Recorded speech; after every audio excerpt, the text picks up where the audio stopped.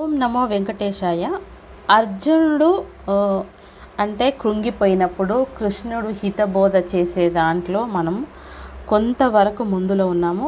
ఇప్పుడు దాని కంటిన్యూషన్ అన్నమాట. ఇప్పుడు మనం మాట్లాడుకునేది అర్జునుని వలె వ్యాకుల పడుతారు కనుక వారు కూడా ఒక పూర్ణ జ్ఞాని మహాత్ముడు లేక సాధు సంతు నుండి సరైన మార్గదర్శనం పొందడం అవసరం. మహాభారతంలో యక్షుడు ధర్మరాజు అనబడే యుధిష్ఠిరునితో ధర్మ మార్గం గురించి వ్యాఖ్యానించమని అడిగినప్పుడు యుధిష్ఠిరుడు ఇలా అన్నారన్నమాట. ధర్మము జీవాత్మ నిర్మలతకు సాధనము. అది చివరకు జ్ఞానాన్ని మోక్షాన్ని కలిగిస్తుంది. కనుక ఏ వ్యక్తి ధర్మబద్ధంగా తన కర్తవ్యాన్ని నిర్వర్తిస్తాడో అతనికి మోక్షప్రాప్తి సుగుణమవుతుందన్నమాట. కనుక ధర్మమే మోక్షానికి ఆధారమని భావించవచ్చు. మానవ జీవితం దుర్లభమైన వరదానము. దీని ప్రధాన తత్వము ధర్మం అనే అమూల్య వరదానాన్ని సరిగా ఉపయోగించడం ద్వారా వ్యక్తి ప్రపంచంలో సరైన ఆనందాలన్నింటినీ పొందుతూ మోక్షం అనే అంతిమ లక్ష్యాన్ని కూడా సాధించగలడు. కానీ దీని కొరకు అతను సరైన మార్గంలో నడవడానికి సహాయపడే జ్ఞాని మహాత్ముడు లేదా సాధు సంతు సాంగత్యంలోకి రావడం అవసరం. శ్రీకృష్ణుడు గీతలో అర్జునుని ద్వారా మానవ జాతికి ఈ సందేశాన్ని స్పష్టంగా ఇచ్చారు.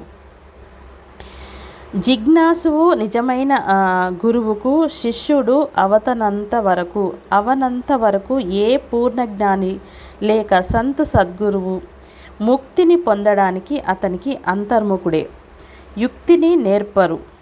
శ్రీకృష్ణుడు అర్జునునికి అతను శిష్యుని రూపంలో భక్తిపూర్వకంగా శరణు చేరినప్పుడే వివరంగా ఉపదేశించడానికి ఇదే కారణము. నేను ఈ భూమిపై నిష్కంటకమైన ధనధాన్య సంపన్నమైన రాజ్యాన్ని మరియు దేవతల మీద ఆధిపత్యాన్ని పొందినా కూడా నా ఇంద్రియాలను తప్పింపజేస్తున్న ఈ శ్లోకాన్ని తొలగించుకోగల ఉపాయాన్ని కనుగొనలేకపోతున్నాను.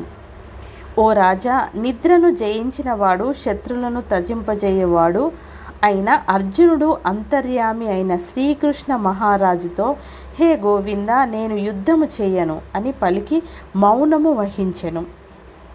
అప్పుడు హే భరత వంశీయుడు, 2 సేనల మధ్య శోకిస్తున్న అర్జునునితో శ్రీకృష్ణుడు నవ్వుతూ ఈ మాటలు చెప్పెను. నీవు శోకింపయోగ్యము కానీ మనుషుల కొరకు శోకిస్తున్నావు మరియు జ్ఞాని వలె కూడా మాట్లాడుతున్నావు. కానీ జ్ఞానులు మరణించిన వారిని గురించి కానీ జీవించున్న వారిని గురించి కానీ శోకించరు. ఆత్మ అనాది అయినది, అవినాశ్యమైనది అనే ముఖ్యమైన సత్యాన్ని అర్జునునికి వ్యాకుల మనసు మర్చిపోయింది. అతను కేవలం శరీరము జీవించి ఉన్నదా లేక మరణించినదా అనేదానికి ప్రాముఖ్యము ఇస్తున్నాడు.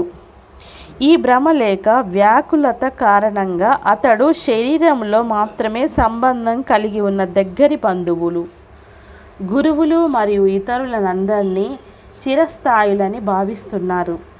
ఈ భ్రమ కారణంగానే అతని హృదయము వారి ఎడల దయతో మరియు కనులు అశ్రువులతో నిండిపోయాయి.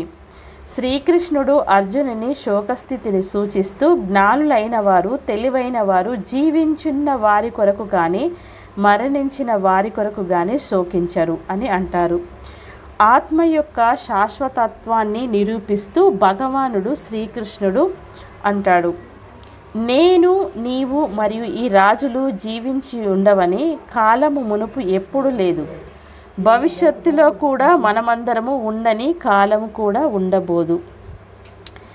ఏ విధంగా జీవాత్మ ఈ శరీరంలో కౌమారము నుండి యవ్వనము మరియు వృద్ధాప్యను పొందుతున్నదో అదేవిధంగా ఆత్మ ఒక శరీరం నుండి మరొక శరీరాన్ని పొందుతుంది.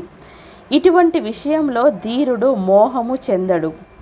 ఇంద్రియములకు విషయములతో సంబంధము కలిగి ఉన్నప్పుడు శీతోష్టములు సుఖదుఖములు కలుగును అని ఔశ్వర్యములు అశాశ్వతములు కనుక ఓ అర్జున, వాటిని నీవు ఓర్పుతో సహించు.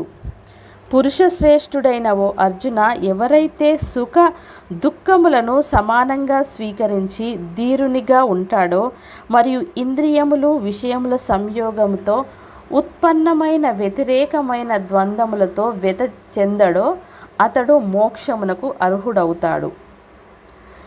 ఇక అసత్ వస్తువుకు సత్తా అనగా ఉనికి ఉండదు. సత్కు లేకుండుట అనేది లేదు. తత్వదర్శులైన వారి ద్వారా ఈ రెండింటి యొక్క తత్వము చూపబడింది. ఈ జగతి అంతా ఏ ఆత్మ చేత వ్యాప్తమవుతున్నదో దానిని అవినాశిగా ఎరుగుము. ఆ అవినాశి అయిన తత్వమును నాశన పొందించుటకు ఎవరనూ సమర్థులు కారు. ఈ అవినాశినైన అపరిమితమైన మరియు శాశ్వతమైన జీవాత్మ యొక్క ఈ శరీరాలన్నింటినీ నశింపేవని చెప్పబడింది. కనుక ఓ అర్జున, నీవు యుద్ధము చేయి. ఎవరైతే ఈ ఆత్మను చంపగలనని భావిస్తారో మరియు ఎవరైతే దీనిని చనిపోయిందని భావిస్తారో, ఆత్మ వాస్తవానికి ఎవరిని చంపదు మరియు ఎవరి చేత చంపబడదు అని వారిద్దరికీ తెలియదు. ఈ ఆత్మకు ఎన్నడూనూ జ్ఞానము లేదా మరియు మరణము లేదు. ఇది ఒకప్పుడు ఉత్పన్నమై మరలా ఉత్పన్నమవడం ఉండదు. ఎందుకంటే ఆత్మ జన్మించనిది, నిత్యమైనది, పురాతనమైనది మరియు సనాతనమైనది. దేహము చంపబడినను ఆత్మ మరణించదు. ఎవరైతే ఈ ఆత్మను అవినాశిగా, పుట్టుక లేనిదిగా, అమరమైనదిగా తెలుసుకుంటాడో, ఓ అర్జున, అతడు ఎవరినైనా ఎలా చంపించును లేక ఎలా చంపను. మనిషి పాత వస్త్రాలను విడిచి నూతన వస్త్రాలను ధరించు విధంగానే జీవాత్మ పాత శరీరాలను త్యజించి నూతన శరీరాలను ధరిస్తుంది. ఈ ఆత్మను శాస్త్రములు ఖండించజాలవు. అగ్ని దీనిని దహించజాలదు. నీవు తడుపజాలదు మరియు వాయువు శోపించజాలదు.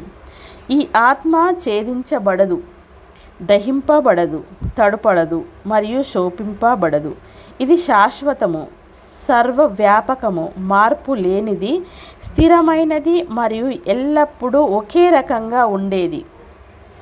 ఈ ఆత్మ అవ్యక్తము, అచిత్యము మరియు మార్పు లేనిది అని చెప్పబడుతుంది. కనుక ఈ ఆత్మను ఆ విధంగానైనను తెలుసుకొని నీవు శోకింపరాదు అని కృష్ణుడు అర్జునునికి హితబోధ చేస్తున్నారనమాట.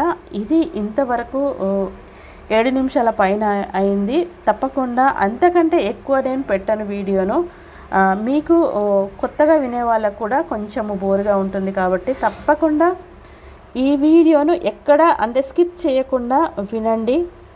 2-3 సార్లు వినండి, మీకు అర్థమవుతుంది. తప్పకుండా ఇలాంటి వీడియోస్ వెంట అప్లోడ్ చేస్తూ ఉంటాను. Like, share, subscribe.